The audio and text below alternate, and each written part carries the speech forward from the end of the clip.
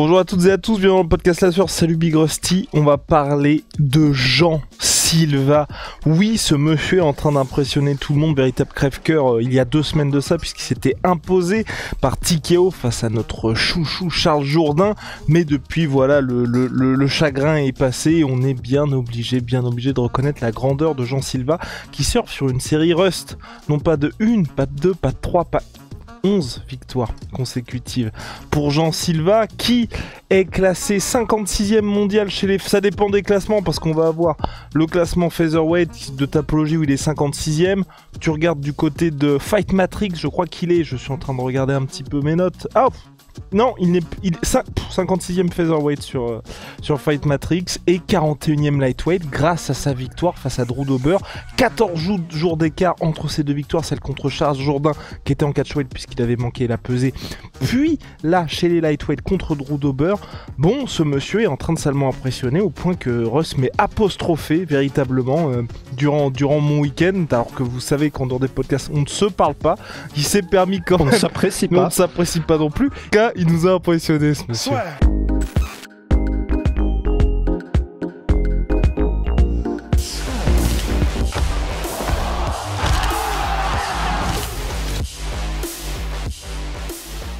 Jean Silva.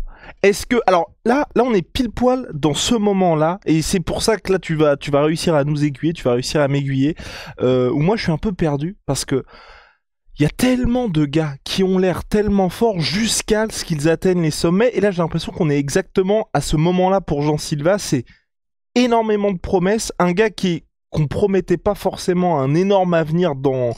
peu importe la catégorie dans laquelle il était, mais là j'ai un tout petit peu peur qu'on s'enflamme. À voir. En fait, pour moi, j'ai la sensation quand je vois la Jean Silva, que ce soit dans la cage et en dehors, déjà premièrement, qu'il a les Américains disent le X-Factor ou le Hit Factor, ce truc en plus que tu n'arrives pas trop à quantifier. Alors, en fait, on va le quantifier parce que finalement c'est faisable. Mais dans la cage déjà, je sais pas ce qui fait que toi, tu n'étais pas encore complètement convaincu.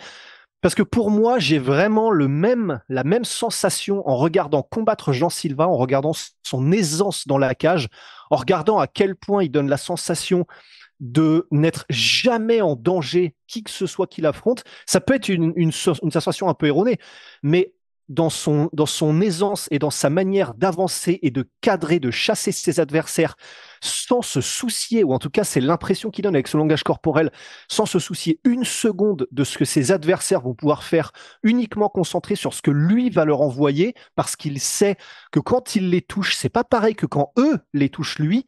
Et j'ai vraiment cette sensation qu'on a avec Peyton Talbot. Gardons toutes les proportions, mais un petit peu qu'on avait aussi quand Conor McGregor est arrivé, il a beau être 40e ou 56e selon le classement, il n'est pas du tout à la place que ses compétences font qu'il devrait, là où ses compétences font qu'il devrait être. Il est à cette place-là du classement uniquement parce qu'il n'a pas encore pu montrer que face à des adversaires classés, mais la sensation de facilité qu'il donne là fait que pour moi, je suis d'accord avec toi, ne nous enflammons pas et on va voir lorsqu'il va affronter bientôt des top 20, top 20, top 25. Mais là, ce qu'il a fait contre Drew Dober déjà et Charles Jourdain, c'est pas des faisans, quoi. Mais c'est pas ça, des petits joueurs. C'est qu'aussi c'est très récent. Est-ce que on aurait fait ce podcast? En fait, c'est ça aussi, c'est que c'est très récent. Il y a 2 semaines avant ça, donc même au mois de mai, il devait affronter à la base William Gomis. Malheureusement, William Gomis qui a pas pu tenir sa place pour cause de pesée manquée. Il devait affronter William Gomis et il y avait pas ce même sentiment. On savait que ça allait être un test, mais pas à ce point. Et c'est vrai que là, sur 2 semaines, le fait qu'il ait fait ça à Charles Jourdain et Drew Dober, qui est pas, je veux pas dire que c'est pas plus prime Drew Dober, mais ça veut dire quand même quelque chose de faire ça à Drew Dober. On est vraiment sur quelque chose là et qui est pas la catégorie naturelle non plus de Jean Silva, où on se dit il peut se passer quelque chose, mais c'est vrai que le plus dur commence pour lui. En fait, c'est ça. Déjà, c'est vrai que je ne sais même pas si on l'avait dit, mais il faut vraiment souligner que le combat qu'il a fait contre Charles Jourdain, c'était donc en featherweight à 66 kilos, et le combat qu'il a fait là 2 semaines après, parce qu'il a été appelé en short notice avec un préavis court contre Drew Dober, donc 2 semaines après, c'était dans la catégorie au-dessus des 71 kilos. Et en fait, c'est ça, c'est totalement ça. C'est-à-dire que ce sont la dynamique, elle vient d'être créée par les deux noms qu'il a affrontés, parce que au-delà du fait que ce sont des noms qui étaient connus par les fans, c'est des gens qui sont connus comme étant déjà compétents et spectaculaires. Donc ce sont des favoris des fans aussi. Donc le fait d'avoir combattu et battu de manière spectaculaire les deux, Charles Jourdain et Drew Dober, déjà parmi les gens, parmi les fans, les gens qui suivent un peu de près, là tu as une petite alarme immédiatement qui s'allume, il y a un truc en mode oula, battre ces deux gars-là en 2 semaines, les stopper, c'est pas usuel, c'est pas habituel, il y a un truc qui se passe avec ce gars-là. En plus, tu regardes du coup comment est-ce qu'il les a battus, tu regardes la facilité avec laquelle il était dans la cage contre eux, tu dis ok, c'était pas des combats serrés qui se sont terminés par une grosse praline ou quoi, bon, grosse praline oui, mais, ou coup de coude retourné en l'occurrence contre Drew Dober, mais c'est vraiment cette impression de facilité. Et ensuite, tu vas voir comment il est dans les interviews, comment il est avant, après les combats dans la cage. Et tu te rends compte qu'il y a un personnage qui va avec, et c'est ce tout qui fait que, pour moi, il y a vraiment une énorme gommette à mettre là sur la petite vignette de Jean Silva parce que il a, il semble avoir absolument tout ce qu'il faut pour potentiellement, s'il continue à avoir des résultats comme ça, devenir une star. Bien qu'il parle pas encore anglais, ça peut être le problème parce qu'il est brésilien et qu'il s'entraîne au Brésil dans une team, on va en reparler, qui est en énorme explosion là, leur team des Fighting Nerds. Mais et pour vous décrire un petit peu, donc, quand on parle du personnage, le fait qu'il soit spécial, original et potentiellement qu'il puisse y avoir du marketing auprès de lui, et qui dit marketing dit faire des chiffres et dit potentiellement un favori des fans, ou en tout cas quelqu'un qui soit un peu au-delà du sport, qui soit pas juste jugé sur ses compétences et que les gens ne le connaissent pas juste sur ses compétences. Le gars paraît complètement possédé. Alors déjà, voilà, faut se dire, c'est pas des gens qui réfléchissent potentiellement tout à fait normalement, qui se font des tatouages avec marqué en énorme, d'ailleurs avec la police de God of War, je tiens à le dire, marqué Lord, donc Seigneur, donc notre Seigneur sur sa poitrine. Il a un cadenas sur l'épaule, je sais pas trop ce que ça veut dire, mais voilà, déjà c'est pas habituel. C'est comme comment s'appelle-t-il, tu sais. Le gars qui ressemble à un énorme mohican, là, le copain de Grasso, Diego Lopez, qui a le tatouage hyper bizarre, marqué comme par un enfant de 4 ans, en mode, rêvez vos rêves et faites-les venir, mais enfin, très, très, très bizarre. T'as des gens, tu dis, ou Brock Lesnar avec son épée sur le torse. Il y a des tatouages, c'est pas juste des tatouages tribaux que énormément de gens ont et machin, c'est des trucs où tu dis, je sais pas ce qu'il a voulu faire avec ça, mais il y a une idée derrière qui fait que le gars il réfléchit pas tout à fait comme les autres. Et il y a, quand il est au micro, j'ai vraiment l'impression de voir la définition, la personnification des troubles de l'attention, en fait. T'as l'impression de voir un labrador, en fait, devant une caméra. Le mec, quand il est interviewé, c'est un chien qui est dans un champ de papillons, en fait. Il arrive absolument à mettre son attention sur rien. Pendant que l'intervieweur lui pose une question, parce que j'ai maté l'interview de Full Send MMA, il est en train de bouffer une pizza, et à un moment donné, le mec lui pose une question, il se met sur lui comme ça, et il essaie de lui approcher la pizza de la bouche, comme ça, de toucher sa bouche avec la pizza. Il fait des trucs où parfois il est hyper gentil, genre dans la cage, il fait des trucs où il a envie tout le temps que ce soit ouais, on est potes, on se tape dans la main avant de les mettre KO. Et en dehors de la cage, pareil. Mais par contre, quand le mec de Full Send lui parle de Charles Jourdain, il est en mode Charles Jourdain, Charles Jourdain. En mode comme ça, tu sais pas s'il est sérieux ou pas. Puis après, il lui dit oui, non, non, mais il est stylé. Et il dit, je cite, hein, non, non, mais il est bien, il est cool, Charles Jourdain. Le problème pour lui, bah, c'est que je suis arrivé, en fait, quoi. Donc, tu sais absolument pas sur quel pied danser. Le mec a l'air à moitié fou. Avant les combats, t'as l'impression qu'il est à deux doigts de pleurer. D'ailleurs, il pleure à moitié. Après les combats, Mais il ouais, pleure il y a aussi. une intensité très bizarre. C'est juste sur ce point-là où moi j'ai un peu du mal à savoir sur quel pied danser avec lui. Ouais. Bah, c'est ça, en fait, il est tellement erratique, imprévisible, mais dans la cage aussi, c'est ce qui fait sa force, tu vois, tu as envie de te dire que c'est ce qui fait qu'il est terrifiant à combattre, c'est que tu ne sais jamais où ça va aller, par où ça va partir, si le mec t'apprécie ou s'il a envie de te tuer, enfin, et ça c'est le pire, quand tu es un humain et qu'en face de toi, tu as un mec que tu n'arrives pas à lire, tu ne comprends rien de ce qui se passe dans sa tête et de ce qu'il fait, c'est hyper anxiogène en fait, c'est horrible. Et lui, c'est vraiment ça. Et effectivement, que ce soit dans la cage ou en dehors, c'est vraiment, vous n'aurez jamais vu, je pense, hein. Enfin là, j'ai dû chercher un peu, mais j'ai pas souvenir d'avoir eu un mec qui est autant du n'importe quoi émotionnellement, tellement le mec déborde de tous les côtés. Dans le combat contre Drew Dober, si tu prends à partir du moment où il arrive dans la cage jusqu'au moment où il repart après, il a dû passer par toutes les émotions humaines, à part peut-être la colère et encore que. Mais c'est pour ça aussi, en fait. C'est pour ça qu'il y a il y a quelque chose qui semble spécial, c'est que, ben, c'est des choses qu'on ne voit pas beaucoup. Ça peut effectivement, parce qu'on pourrait se dire, anticiper en mettant, bah ouais, mais s'il est autant partout en même temps, que le mec arrive même pas à se discipliner, à se contrôler, il n'arrive pas à contrôler ses émotions, effectivement, c'est peut-être un mec qui est prompt à faire n'importe quoi, ou alors qui est peut-être pas très coachable. On peut effectivement faire ces hypothèses, et on va le voir au fur et à mesure que sa carrière avance. Mais enfin là, en tout cas, ça marche, et en tout cas, il roule sur tout le monde. Je crois qu'il est à, c'est quoi, bah attends, je vais regarder ça sur Tapology. Il est donc à 14-2 sur ses 14 victoires, 13 finitions, dont 11 par KO. Ses 3 derniers combats à l'UFC, parce qu'il arrive par le Contender Series, c'est des arrêts de l'arbitre à cause de ses points et des dommages causés par ses points. Donc pour l'instant, en tout cas, ben, tous les feux semblent être au vert, même si sa personnalité est complètement insaisissable, quoi. Eh oui, bah de toute façon on va faire à suivre. Après ce qui est pas mal pour lui je pense, c'est même s'il parle pas anglais, le côté personnalité fera que les gens le suivront et puis son style aussi qui est spectaculaire. Et donc Big Rusty fait partie d'une team, les Fighting Nerds, qui dans plusieurs catégories aujourd'hui ont des vrais gros prospects. Outre Jean Silva, on note notamment Borayo, Caio Borralho, ouais. voilà, qui est particulièrement effrayant chez les middleweight. Et puis ils ont un welterweight aussi qui va bientôt affronter Li Jingliang. Ouais, Carlos Prates. Voilà. Et alors en fait, c'est ça qui est fou, c'est que on connaît des grosses teams et on connaît les grosses teams internationales. Maintenant, elles sont établies.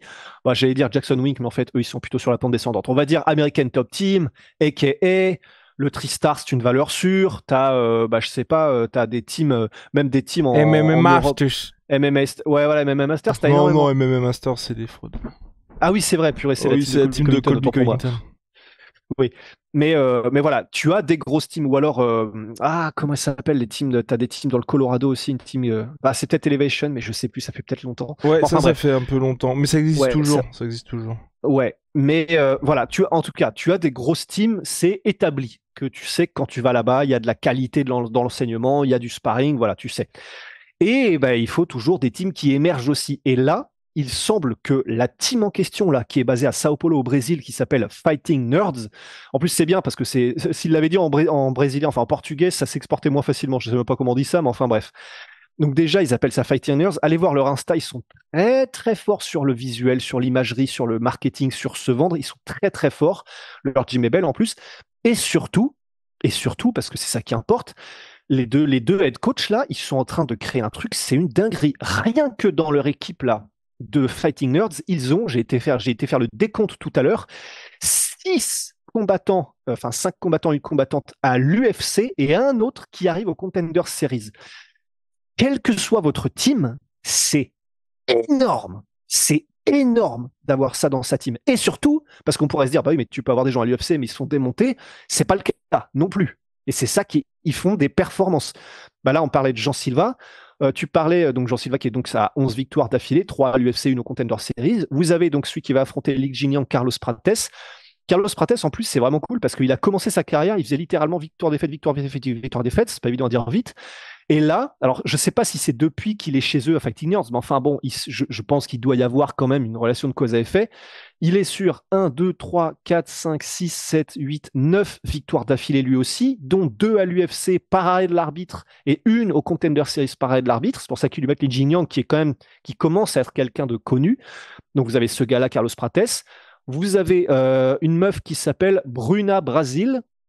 Bon, elle a gagné, elle est rentrée par le Contender Series, elle a gagné par high kick. Après, elle est à 1 victoire, 2 défaites à l'UFC, mais elle va affronter Molly McCann. Bon, c'est pas forcément leur représentateuse, celle qui va les représenter la plus brillante, mais enfin, en tout cas, elle est là, elle a déjà des victoires à l'UFC. Vous avez ensuite un gars qui s'appelle Kenan Khrushchevsky et qui, lui, va affronter Kurt Lobo là, bientôt, et lui, il a gagné sa place par le Contender Series par un étranglement arrière au premier round. Bon, après, il est allé à l'UFC. Il a perdu aussi au premier round par KO. Mais enfin, il était avant ça sur 1, 2, 3, 4, 5, 6, 7 combats sans défaite. Mais attends, parce que je crois que ça a été overturn, mais Daniel Lapidus, je crois qu'il avait perdu. Mais enfin, bref. Et vous avez ensuite Il avait perdu, voilà. Mais enfin bon, en tout cas, c'était une belle série. Et enfin bon, là, et là, je vous cite donc l'autre gars qui est Mauricio Ruffi, et lui qui est sur 1, 2, 3, 4, 5 combats sur victoire d'affilée, toutes par arrêt de l'arbitre, dont une à l'UFC la dernière, et une qui est passée par le Contender Series. Et vous avez Caio Borralho, qui lui, comme tu en parlais en middleweight, il est sur... Ouh la vache, lui, il est sur 1, 2, 3, 4, 5, 6, 7, 8, 9, 10, 11, 12, 13 victoires d'affilée et 16 victoires sans défaite, 16 combats sans défaite, pardon. Et donc, j'aurais peut-être dû commencer par les trois les plus impressionnants qui étaient donc Caio Borralho, Jean Silva, Carlos Prates, parce que c'est ceux qui sont sur les plus énormes séries de victoires à l'UFC. Et vous avez, j'ai vu qu'il avait fait un post chez eux donc le 1er juin, donc il est peut-être en alternance avec American Top Team parce que c'est ce qui est marqué sur Tapology et Fighting Nerds, mais vous avez aussi Thiago Moises qui a affronté Benoît Saint-Denis et qui, voilà, vous le connaissez sans doute, c'est un vrai nom à l'UFC, Thiago Moises. Il a affronté Islam Makhachev, il a affronté enfin, vraiment, donc BSD, des très gros noms, et il a des très grosses victoires, notamment Bobby Green, Michael Johnson, etc. Et ensuite, vous avez le gars, donc, Icaro Brito, là, qui arrive au Contender Series, qui est sur 6 victoires d'affilée. Donc, il y a quelques combattants, là, genre 2-3, qui, effectivement, bon, ils ont eu des défaites à l'UFC aussi, mais le simple fait qu'ils y soient, c'est pas pour rien, parce qu'avant ça, ils étaient sur des belles séries, et que vous ayez 3 personnes, en tout cas, au moins, qui sont sur des énormes séries, et donc qui arrivent en bombe dans leurs catégories respectives, ça peut plus être juste un bon management, c'est forcément qu'il y a une équipe en termes de construction de combattants et en termes de coaching et de head coach et de manière dont les combattants sont pris et sont amenés au plus haut niveau. Il y a un truc qui se passe là. Ça peut, voilà, autant de personnes en même temps à ce niveau-là, ça peut pas être du hasard. Et donc, Fighting Nerds, gardez un œil dessus parce que ça fait du sale déjà là. Mais le plus dur arrive. Le plus dur. Le plus dur, je ne cesserai jamais de le dire, juste pour qu'on s'enflamme un peu, mais en tout cas pour l'instant, Thiago Silva. Ah, oh là, il est loin, Thiago Silva maintenant. Ah, maintenant il est loin. Et je désespère pas de faire un jour une anecdote sur Thiago Silva. C'était vraiment un de mes combattants préférés à l'époque. Ouais, tard à l'époque. Ouais. Mais enfin. oui, on s'enflamme peut-être un peu, mais enfin, toi, t'es quand même pas rassuré par le fait que back-to-back, en 14 jours, il arrive à faire Charles Jourdain et Drew Dober. Non, parce que c'est... Déjà, c'est très soudain, je trouve. C'est là, tu vois, ça fait 2 semaines qu'on s'enflamme sur... Bah oui, mais parce qu'avant, on le connaissait pas parce qu'il n'avait pas affronté de nom, mais avant, il était sur quand même une série de victoires. Hein. Oui, avant, mais comme beaucoup, sont aussi sur des séries de victoires. Donc il y a ça. Il y a déjà ça, le fait que ce soit très soudain. Le fait que ce soit aussi du striking, où c'est vrai que généralement, tu vois, on a tendance souvent, quand il y a des mecs comme ça, à se prendre des gros stops quand t'arrives avec le top de la catégorie. Il a été mis au sol quand même et tentative de mise au sol par Charles Jourdain, Drew Dober, je sais plus pourquoi, j'ai un trou de mémoire, je ne sais pas s'il a été tenté d'être mis au sol. Oui, mais c'est pas vraiment un grappleur, ça. C'est pas un vrai grappleur, mais voilà, il a fait des belles tentatives de takedown. Il a été mis au sol quelques fois, mais il s'est relevé. Et surtout que les tentatives de Charles Jourdain, c'était, à mon sens, pas que c'était trop tard, mais c'était à partir du moment où déjà debout, c'était un peu compliqué. Oui, c'est possible. Non, effectivement, c'est pour ça. On va voir notamment pour ça. Mais, voilà, allez-y, je me calme. J'ai presque pas envie de prononcer cette phrase, mais on va la mettre entre parenthèses. C'est ce qu'on disait aussi de Conor à l'époque. Je le mets pas du tout. Non, voilà, c'est bon. Mais fais pas cette tête-là, toi! Mais non, arrête! Tu reviens. Voilà, remets le casque. Non, mais tu vois ce que je veux dire. Oui, je vois ce que tu veux dire. Proportion gardée, j'aurais pu utiliser d'autres exemples. Proportion gardée, c'est le GOAT. C'est le GOAT. Non mais voilà, oui. Clairement, ça n'est pas genre son gros point fort. Encore que il a 2 défaites, Jean Silva, c'est par décision. Il n'a pas été ni soumis, ni KO, ni quoi que ce soit. Ouais, puis ça fait vraiment partie de ces trucs-là aussi, les gars. Hein. C'est pour moi, et encore plus quand t'es brésilien et qu'il y a ce genre de trucs, c'est les défaites qui sont avant l'UFC en début de carrière. C'est pas du tout le même combattant que celui qu'il y a aujourd'hui. Donc mettez pas du tout ce côté. Il a déjà eu ces 2 défaites comme, on ne mise pas sur lui. Parce que ça arrive à beaucoup d'athlètes. Non, c'est pour ça. Puis en plus, il a un style qui est, je trouve, intéressant, ne serait-ce qu'en proactivement en défense de takedown, parce que c'est un peu...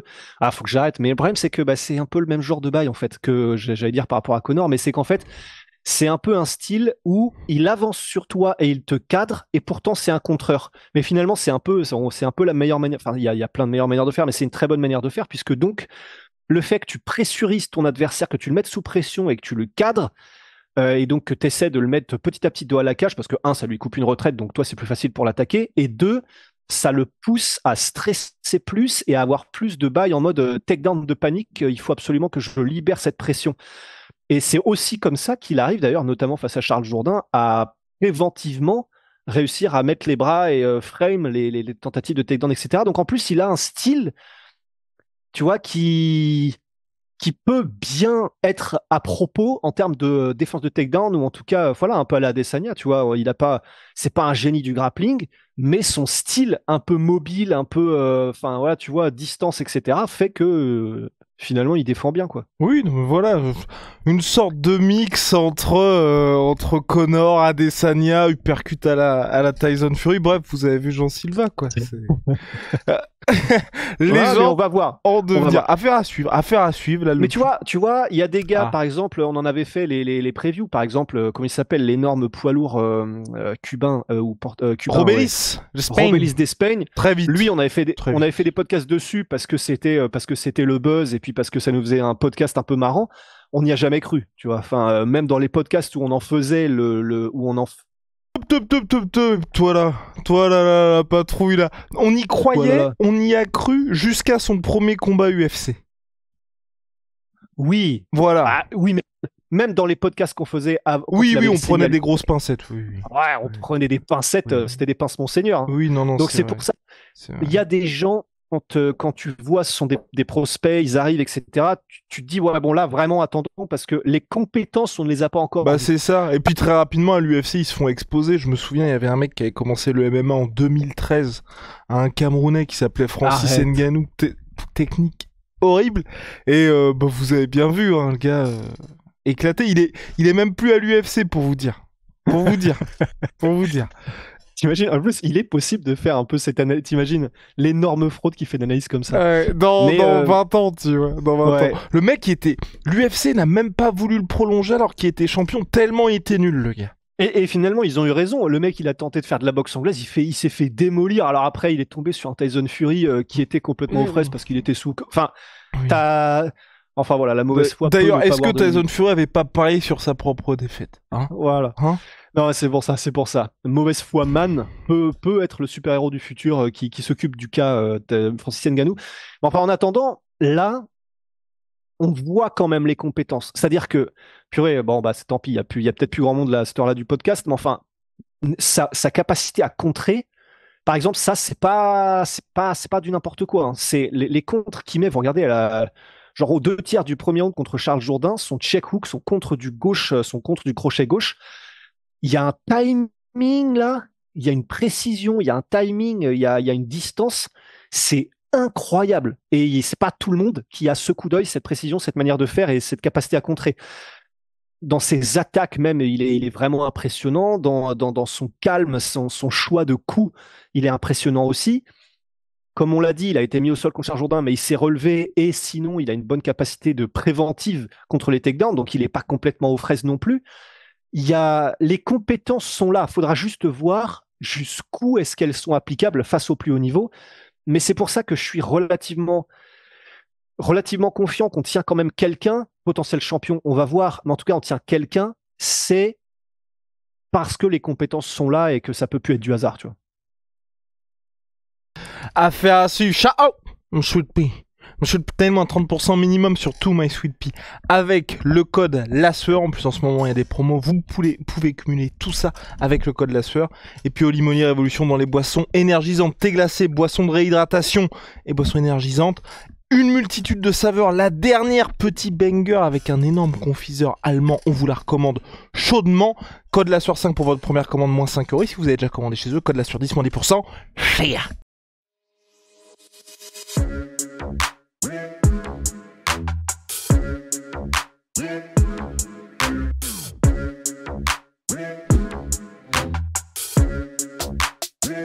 I'm fucking coming for you!